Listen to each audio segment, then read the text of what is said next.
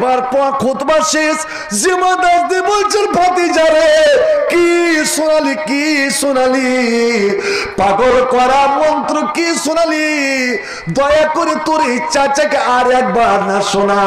এবার নবী মুচকি হেসে বলেন ঠিক আছে চাচা, তুই নাকি আমাকে ভালো করতে এসেছিস, দেখি আজ দেখবো আমার ভূত পালায় না তোমার শিরকের ভূত পালায়। আমার কোরআনের আঘাতে, আমার আল্লাহর লাঠিতে তোর শিরক দূর হয় না তোর শয়তানি মন্ত্রে আমার তাওহীদ টলমল খায়। এবার নবী দ্বিতীয়বার শুরু করলেন, আর যেমন খুতবার মধ্যখানে গেছেন জামাত আসদি গুনগুন করে আশহাদু আল্লাহ পড়তে লেগেছে। করিয়ে ছাড়বো, বুখারী শরীফের হাদিস। নবী বসে আছেন, সকাল সকাল চলে এসছে, যে আরবের প্রথা সালাম কালাম ছিল, সালাম দেওয়া ছিল, সালাম দিলেন। আপনি কে? কয়েছে আমি আমান থেকে এসেছি। আচ্ছা আচ্ছা বসুন, বসতে দিলেন।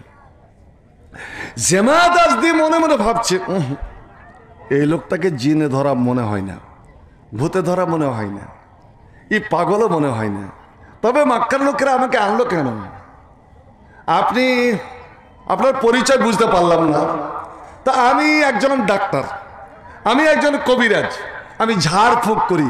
আচ্ছা, তা আমি এখানে তো শুনেছি নাকি তোমাকে হাওয়া বাতাসে ধরেছে, তোমাকে জিনে ধরেছে, তাই তোমার বংশের লোকেরা আমাকে এনেছে, আমি তোমাকে ফুঁকবো, আমি তোমাকে ঝাড়বো। কিন্তু দেখেন কি সুন্দর কথা বলছে, কথাটা মনে করিয়েন। জামাত আসদি বলছে আমি তোমাকে ঝাড়বো, লাআল্লাহ আইয়াশফিয়াকা বিরুকিয়াতি, হতে পারে আমার ঝাড় ফুঁকে হতে পারে আল্লাহ তোমাকে ভালো করে দিবে।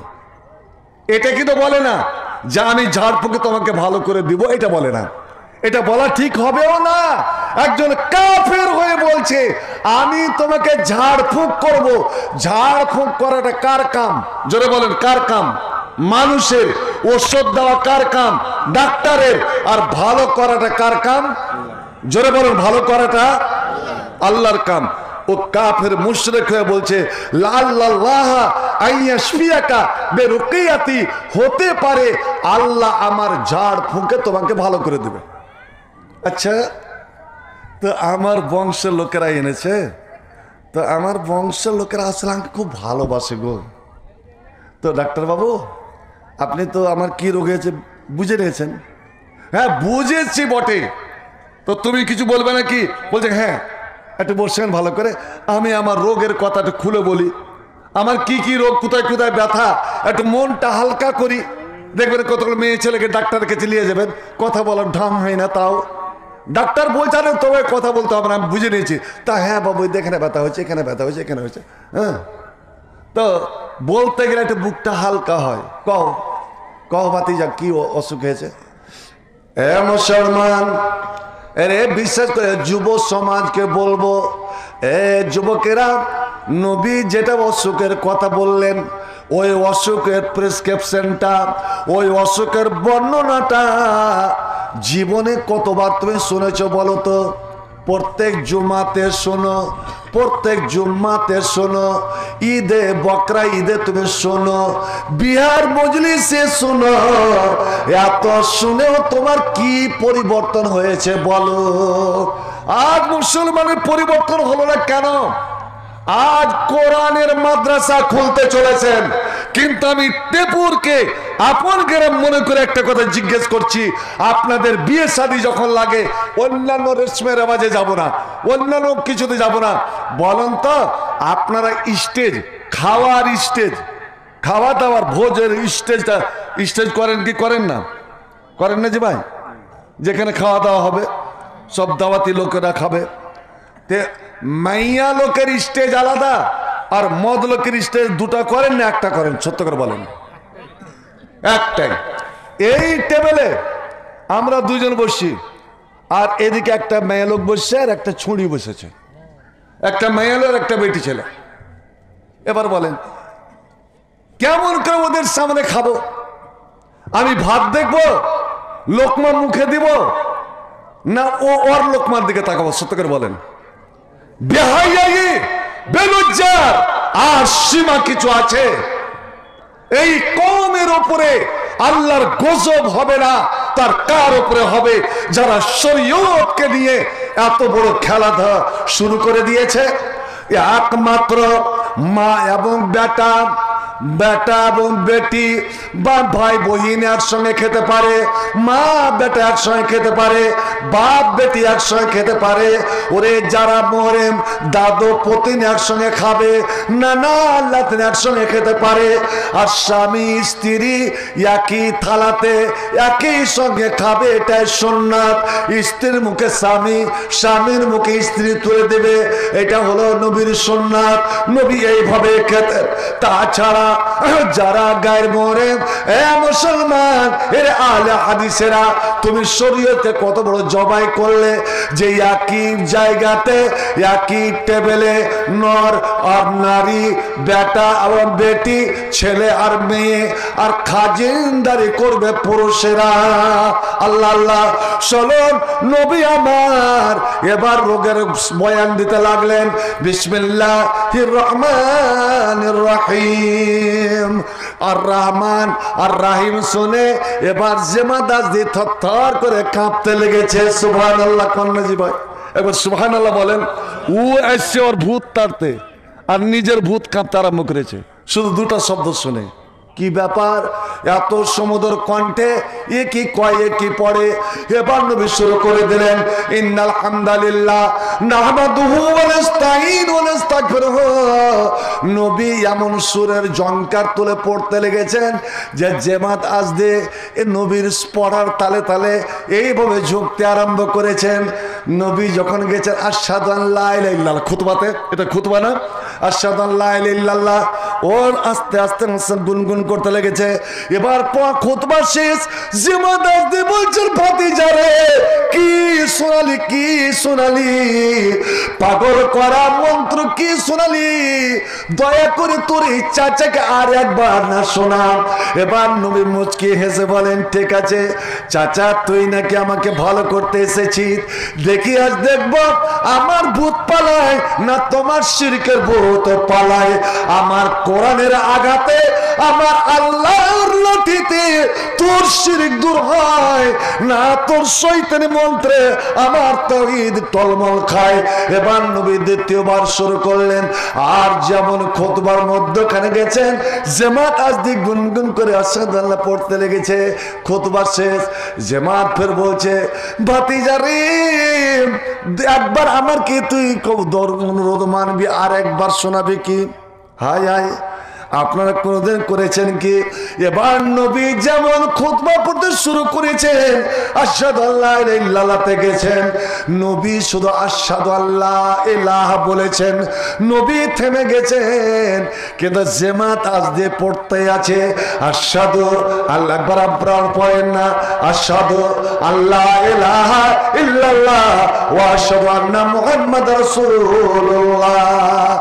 এই টেপুরের মায়েরা, বোনেরা, আমার ভাইরা, বাবারা, বলছি একটা ছোট্ট কলেমা, এমন একটা ছোট্ট দোয়া, আপনি সকালে 3 বার, ফজরের, আপনি ফজরের নামাজের পরে 3 বার, মাগরিবের নামাজের পরে 3 বার ওই দোয়াটা পড়েন, ওই কালেমাটা পড়েন। নবী আমার বলছেন, এরে আমার উম্মত, তুই তৈরি হয়ে থাক, কিয়ামতের দিন আমি তোর ডান হাতখানা ধরবো, আমি আমার ডান হাত দিয়ে তোর ডান হাতখানা ধরবো, আর ধরে আমি তোকে আদর করে টানতে টানতে জান্নাতে নিয়ে যাব। একবার জোরে বলুন আলহামদুলিল্লাহ। ওই দোয়াটা পড় আর জান্নাত যাওয়ার জন্য তৈরি হয়ে যা। যারা ওই দোয়াটা দিনে তো সকাল 3 বার করে পড়বে, নবী আমার বলছেন, কাদ ওয়াজাবাত লাহুল জান্নাহ, তার জন্য জান্নাত খানা ওয়াজিব হয়ে গেল। ভাইজান, জান্নাত যাওয়ার জন্য খুব বেশি লাগবে না, খালি নিয়াতে পড়বে। একটা কথা বলছিলাম, সেটা বলেই দিই,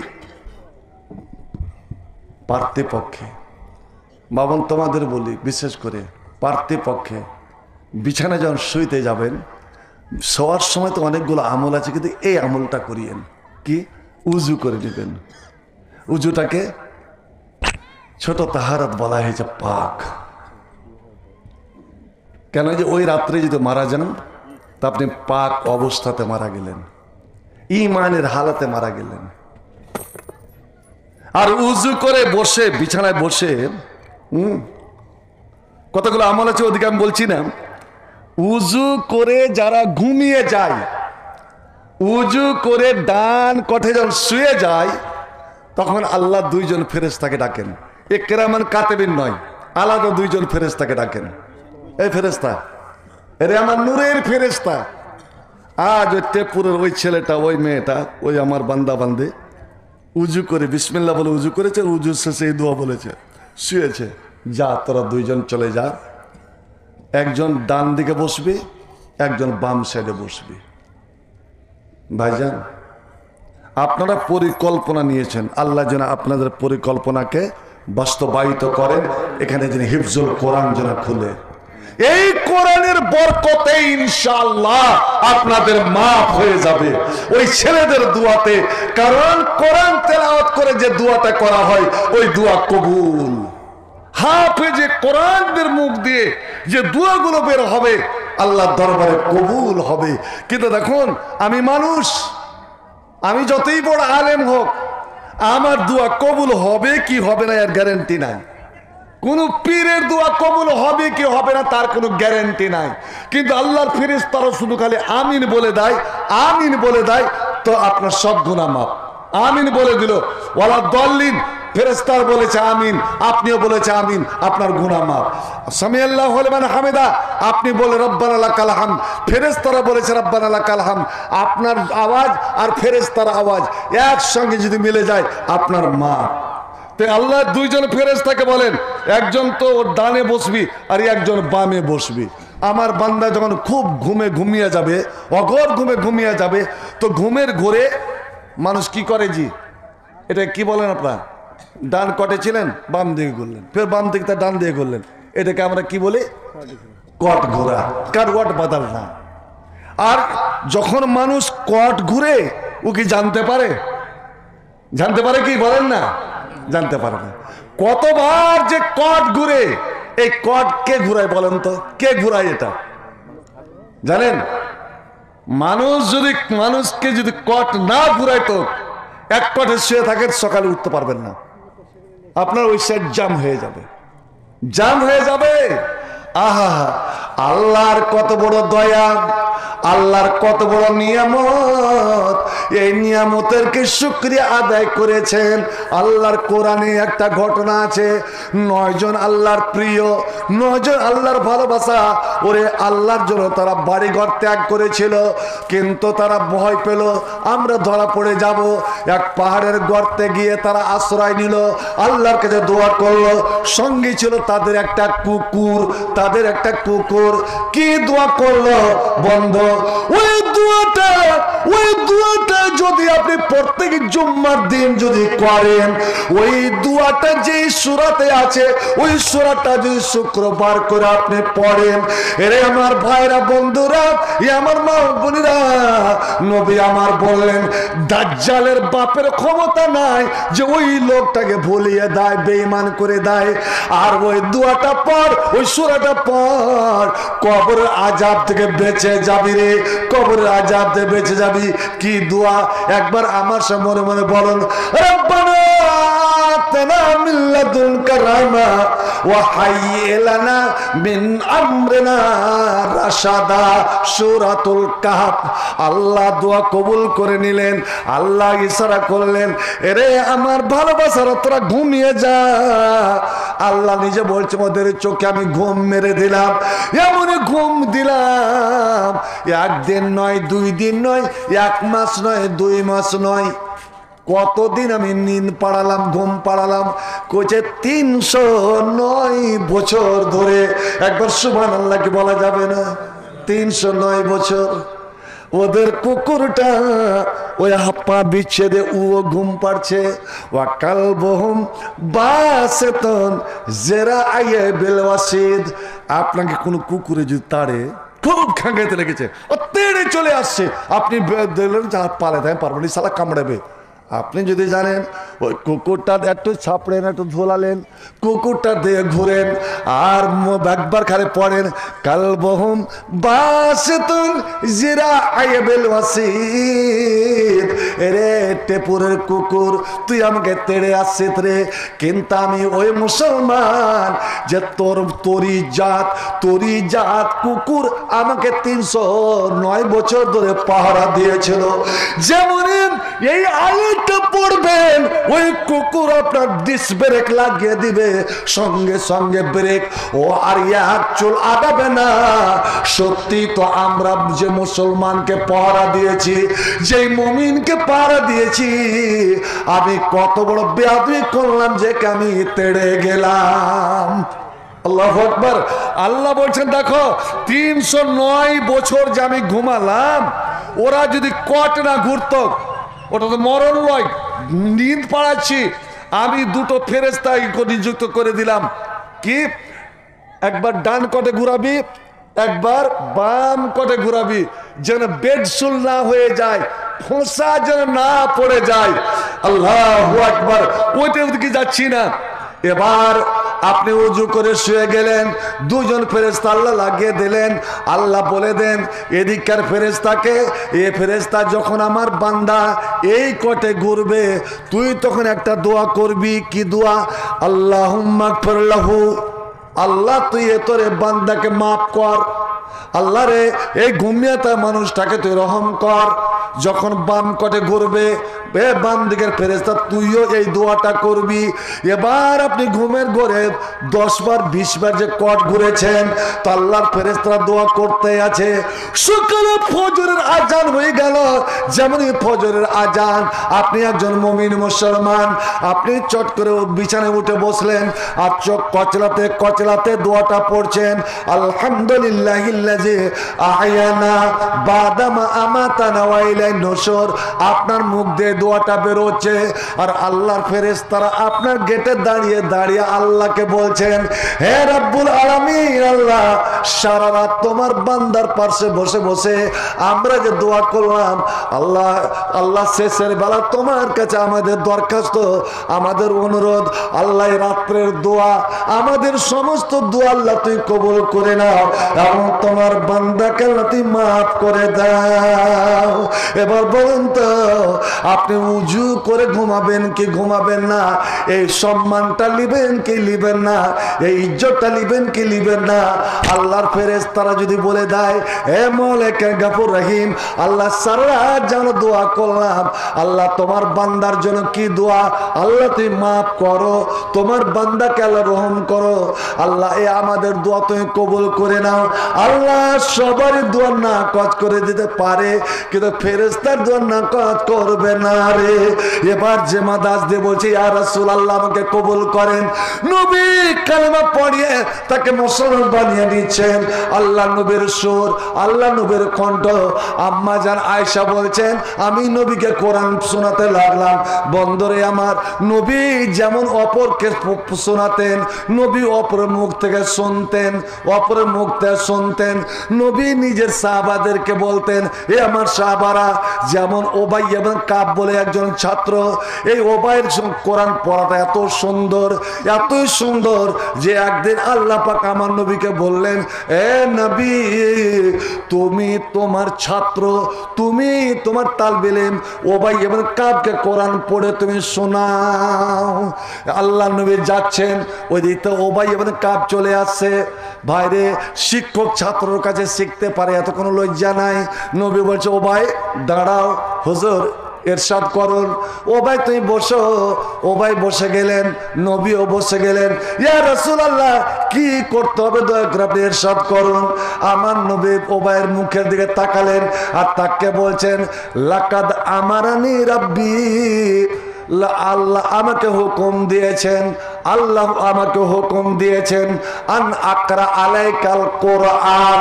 ও বাইরে, আমি সারা পৃথিবীর শিক্ষক, আমি দুনিয়ার মানুষের শিক্ষক, আমি তোমাদের শিক্ষক, কিন্তু জানি না কি জন্য আল্লাহ আমাকে হুকুম দিয়েছেন, এ নবী মুহাম্মদ তোমার ছাত্র উবাই ইবনে কাবের কাছে গিয়ে তুমি কোরআন একটু পড়ে শোনাও, কোরআনটাকে শুদ্ধ করে নাও। বিশেষ করে লাম ইয়াকুনি লাযিনা কাফারু মিন আহলিল কিতাব, এই যে সূরাটা আছে এই সূরাটা তুমি তার কাছে পড়িয়ে নাও। ও ভাই আল্লাহ আমাকে হুকুম দিয়েছেন এবং তোমার নাম নিয়ে বলেছেন অন্য কারোর কাছে নয়, ও ভাইয়ের কাছে যান এবং তাই কোরআন পড়ে শোনান। এবার ও ভাই কি বলছেন শুনুন। সম্মানী আল্লাহ, হুজুর আল্লাহ আমার নাম নিয়েছেন, আল্লাহ কোথায় আছেন জি ভাই? আল্লাহ কোথায়? আরে জোরে বলুন না, আহলে হাদিসের আকীদা এসে বলেন আল্লাহ কোথায় আছে? আল্লাহ কোথায় আছে? হাই আল্লাহ এটাও জান না রে। আমরা পাবলিকেরা বলি আল্লাহ তো সব জায়গায়, খবরদার এই কথা বলবেন না, আল্লাহ তো সবখানে বিরাজমান। এটা হলো শিরকিয়া কুফরিয়া কালেমা। আল্লাহ আছেন কোথায়? আরশের ওপরে। আরশের ওপরে ওই আরশ যে ফেরেশতারা উঠে আছে, আল্লাহকে যে ফেরেশতারা ঘিরে আছে, ওই ফেরেশতার সামনে আমার নাম নিয়েছে। আর সম্মানী আল্লাহ, আল্লাহকে আমার নাম নিয়েছে। বন্ধ, একমাত্র কোরআনের ছাত্র আর কোরআনের শিক্ষক, তাদের নাম আল্লাহ আরশে বসে বসে লেন। বলুন সুবহানাল্লাহ। এবার আপনারা বলবেন আরে হাফেজ যারা কোরআনের ছাত্র তাদের নাম নিল এবং যাকে শিক্ষক রাখলাম তাদের নাম নিল, মাদ্রাসা গড়ালাম আমরা, মাদ্রাসা বানালাম আমরা, খরচা চালালাম আমরা, আবার শিক্ষক বানালাম আমরা, আমাদের বর্ণনা কই? আমরা কি পেলাম?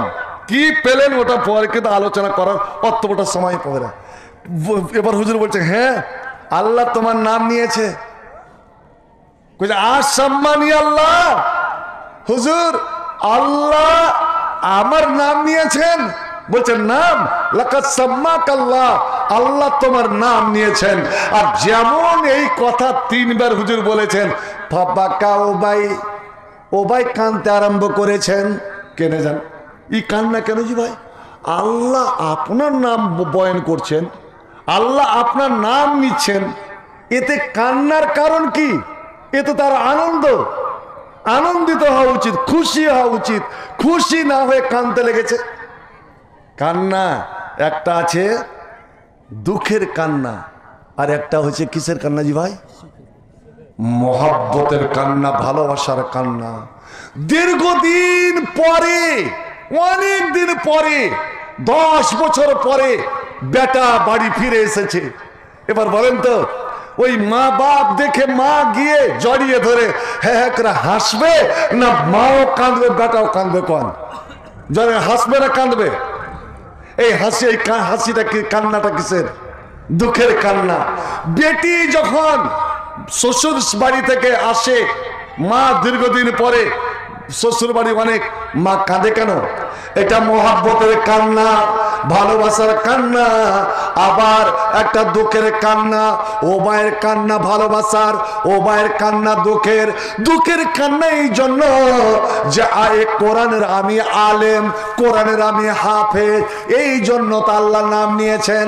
এবার যদি কোরআনকে আমি ইয়াদ রাখতে না পারি, কোরআনকে যদি সম্মান দিতে না পারে, ওরে কোরআনের হাফেজ হয়ে রাত দিন যদি ঘুমিয়ে দিন কাটাই, আমি যদি নামাজ না পড়ি, তো কিয়ামতের দিন এই হাফেজরাকে আল্লাহ আগে জাহান্নামে ছুঁড়ে ফেলবে।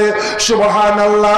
ওরে হাফেজ যাবে আগে জাহান্নামে, কারি যাবে জাহান্নামে, মুলবি যাবে জাহান্নামে, ওরে হাফিজ শহীদ হবে তারা যাবে জাহান্নামে, দানকারীরা যাবে জাহান্নামে। যদি নিয়তের গড়বড় হয়, আল্লাহ আজ তুমি নাম নিয়েছ রব্বুল আলামিন গো, এই কোরআনের সম্মান, কোরআনের ইজ্জত যদি বাঁচাতে না পারি, তবে আমাকে জাহান্নামে যেতে হবে। মোহাব্বতের কান্না। এই রব্বুল আলামিন, আমি ও ভাই, আমার কোন নাম নিশান ছিল না, আমি কোনো কিনারার ছিল না। এক তোমার নবীরকে তুমি একটা নিয়ামত স্বরূপ পাঠালে, তোমার নবীর হাতে হাতে মুসলমান হয়েছি, তোমার নবী কোরআন আমাকে শিখালেন, যার কারণে আজ আমি এত বড় সম্মান পেয়েছি যে তুমি আরো সে বসে বসে আমার নামটা নিয়েছ। এবার আল্লাহ নবী তাকে শোনালেন, বন্ধুরে আমার, আমি বলছিলাম টেপুরের মুমিন মুসলমানেরা, ওরা পেল এই সম্মান, আপনারা কি পেলেন বলুন তো দেখি। এবার একটা কথা বলছি, শুনে রাখুন ভালো করে। কিয়ামতের দিন হাসরের মাঠে আমরা আপনার সবাই যখন দাঁড়াবো, আল্লাহ বলে দেবেন, এ আদমের বেটা বেটিরা, তোরা তোরগের লাইনে দাঁড়া। মানুষ মানুষের লাইনে দাঁড়াবে, লাইন হয়ে দাঁড়াবে।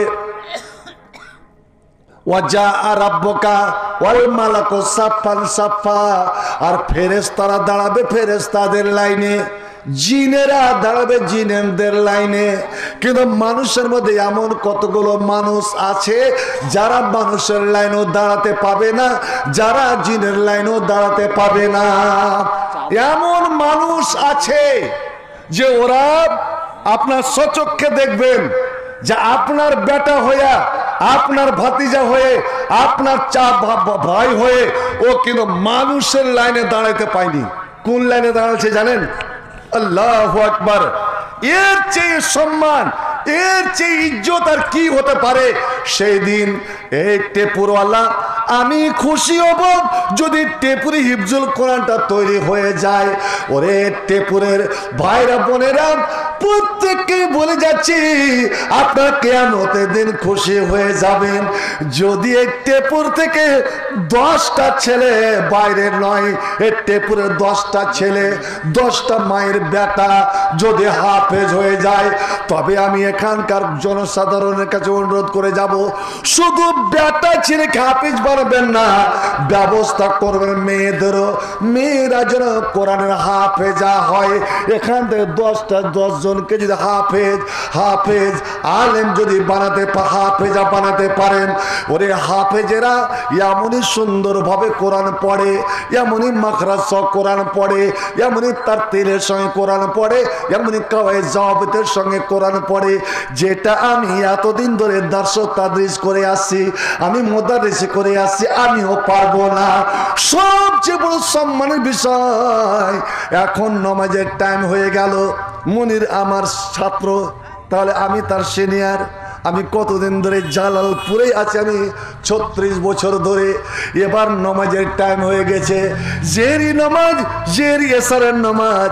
আল্লাহ ইমামকে হবে। এই আপনার এখানে টেপুরের বয়স্ক লোক আছে, আমার তো বয়স্ক লোক আছে, আমিও আছি, মুনিরও আছে। আর এখানে 10, 11, 12 বছর একজন হাফেজে কোরআন আছে, একদম মুকাম্মাল হাফেজ, পূর্ণ হাফেজ। কে ইমাম হবে জি ভাই? ইমাম ঘর হক কে রাখে জানেন বলেন তো? আকরাও, প্রথম নম্বরে আকরাউকুম লিকিতাবিল্লাহ, কিতাবুল্লাহ, আল্লাহর কিতাব কোরআনের যে শব্দ বড় কারি। হ্যাঁ, আলম বিসুন্নাহটা আছে, কিন্তু হকদার হলো আপনি বলেন মানব ছোট্ট ছেলে ইমাম হবে কেন? আরে আল্লাহ নবী তার থেকে ছোট ছেলেকে ইমাম করেছে রে। 7 বছরের ছেলে, 10 বছর না হলে তো নামাজ ফরজ নয়। 7 বছরের ছেলে আমর বিন সালমা, যার কাপড় পরারও ঢং হয়নি, সিজদাতে যেত, পিছন খুলে যেত, মেয়েরা শরম পেত, তাকে নবী ইমাম করেছেন। এবং তার পিছনে বয়স্ক সাহাবারা নামাজ পড়েছেন। আল্লাহু আকবার। এই সম্মানটা দিল কে? একমাত্র এই কোরআন। কত বড় সম্মান, আর কত বড় সম্মানজনক কাজ করতে চলেছেন আমি 2-3 মিনিটে, কারণ পরবর্তী প্রধান বক্তা চলে এসেছেন ভাই। সেই দিন দেখবেন আল মাহিরু বিল কোরআন মা শাফরা কিরামিন বারারা। আসসালামু আলাইকুম। আমি 1000 টাকা, 500 নগদ, 500 বাকি নিচ্ছি। ইব্রাহিম সাহেবের জন্য দোয়া করে দেবেন। আচ্ছা, ইব্রাহিম সাহেবটা কে হলো আপনার? আব্বা। আচ্ছা, তো তো কতটি কইলে? 1000 টাকা দিলে 500 নগদ 500 বাকি। আব্বা আম্মা এবং বড় জালসা দাদা। সভাপতি দিল তুমি 1000 টাকা দিলে। এই জালসার সভাপতি। এই আচ্ছা ভাই 12টা বাজতে চলে যার নয়, কি নাম ওর? আক্তার আক্তারুল। রবি আক্তার ভাই রবি। রমজান মাস সামনে আসছে, 30 রমজান, 30 পারা কোরআন। এই কোরআন এসেছে রমজান মাসে, এই কোরআন এসেছে রমজান মাসেই লাইলাতুল কাদারে। আর আগেই বলেছিলাম এই রমজান মাসটা ওই মাস যে আল্লাহ নবীর জীবনে মাদানী জীবনে যে 10টা লাইলাতুল 10টা যে রমজান পেয়েছিলেন, একটা করে দৌড় জিবরাইল করে যেতেন। জীবনের শেষ রমজানে 2টা দৌড়, অর্থাৎ 2বার কোরআন খতম। একবার জিবরিল পড়লেন, নবী শুনলেন, আর নবী পড়লেন, জিবরিল শুনলেন। ওখানেই ফাতেমার কানে কানে নবী বলেছিলেন, ফাতেমা আমার জীবনের আর বেশি দিন নাই, আমি মারা যাব, কারণ আমি এই রমজানে আমাকে 2 খতম করিয়েছেন। আমি জিবরিলকে জিজ্ঞেস করেছিলাম, জিবরিল এটা কেন হলো? তুই প্রত্যেক রমজানে 1 খতম, আর এই রমজানে তুমি 2 খতম। জিবরাইল বলেছিলেন, নবী গো এই যে রমজান আসবে আর যাবে, প্রতি বছর রমজান আসবে আর যাবে, কিন্তু আমার আপনার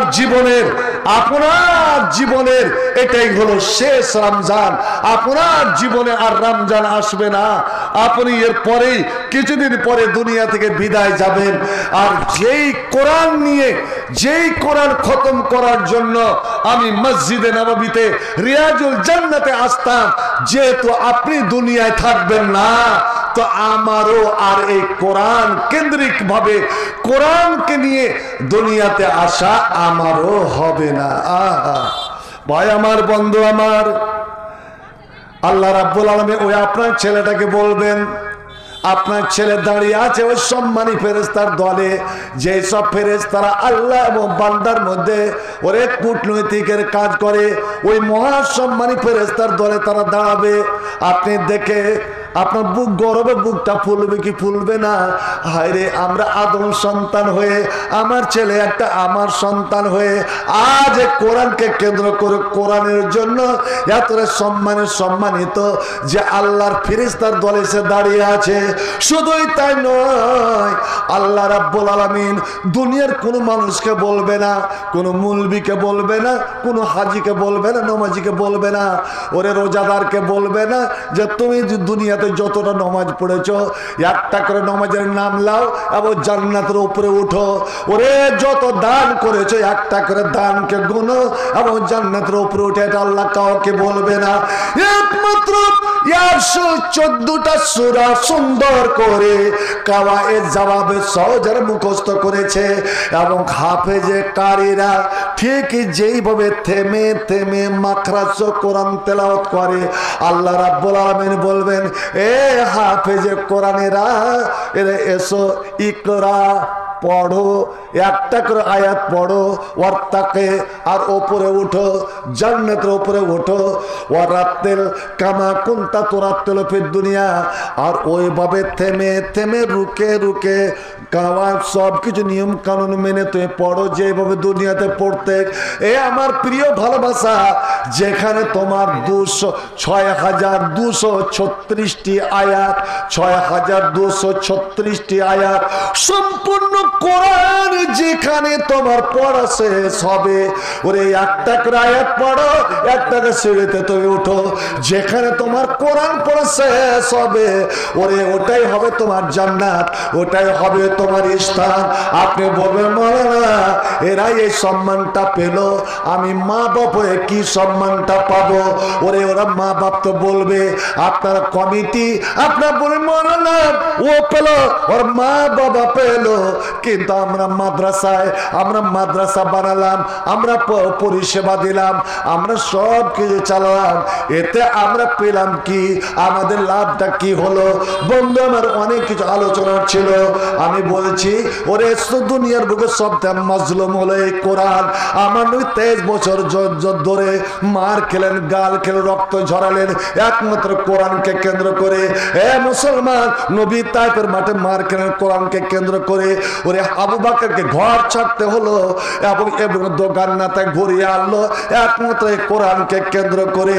আর আজও পৃথিবীর বুকে এই ইহুদ নাসারা, এই আমেরিকা, এই ইসরায়েল, এই রাশিয়া, এই ভারতের মাটিতে একমাত্র তাদের টার্গেট কোরআন। বলুন তো এই কোরআনের হাফেজরা কি ক্ষতি করেছে যে বেছে বেছে তখন আর এখন? ওরে আমার নবীর যুগে হাফেজে কোরআনের কাতাল করা হয়েছে। আবু বকরের জমানায় যতগুলো যুদ্ধ হয়েছিল তার মধ্যে ইয়ামামার যুদ্ধ হলো সব থেকে সঙ্গীন যুদ্ধ। ইয়ামামার যুদ্ধে যত মুসলমান শহীদ হয়েছিল তার মধ্যে ও দুষ্ট দুরাচারীরা কোরআনের হাফেজরাকে চিনে চিনে বেছে বেছে বেছে ওই হাফেজরাকে শহীদ করেছিল রে। কারণ তারা জানে এখনো কোরআন লেখা হয়নি, কোরআন কেতাবি আকারে আসেনি।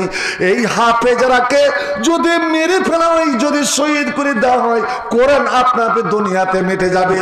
আর কোরআন যদি মিটে যায় এই মুসলমান আপনা আপনি দুর্বল হয়ে যাবে। এই মুসলমানকে দুর্বল করা যায় না।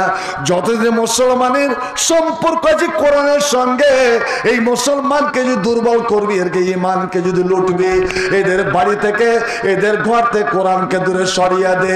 এই মুসলমান যুবক যুবতী কোরআন থেকে দূরে সরিয়ে দে।